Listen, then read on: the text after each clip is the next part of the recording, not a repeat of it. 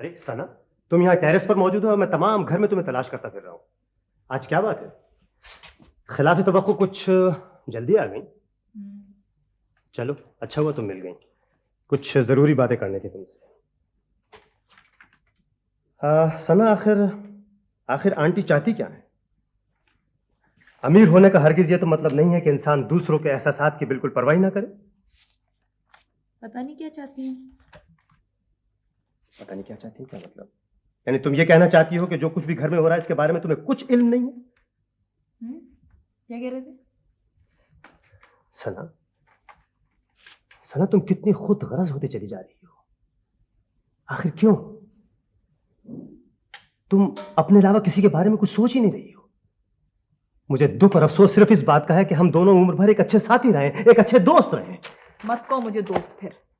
किसने कहा तुम्हें मुझे दोस्त कहने के लिए? मुझे किसी की जरूरत नहीं। हाँ मुझे मालूम है तुम्हें किसी चीज की भी जरूरत नहीं, मुझे मालूम है सना, मुझे। लेकिन सना, ये याद रखना, बखुदा अगर तुम्हारा यही रवैया रहा ना तो एक एक करके तुम अपने तमाम दोस्तों को खो दोगी और फिर एक वक्त आएगा कि तुम्हें पछताना पड़ेगा। पछताने दो, मैं पछताऊंगी ना। जब मैं तुम्हें बुलाने आऊं तो मत आना। सना, आखिर तुम्हें क्या हो गया है?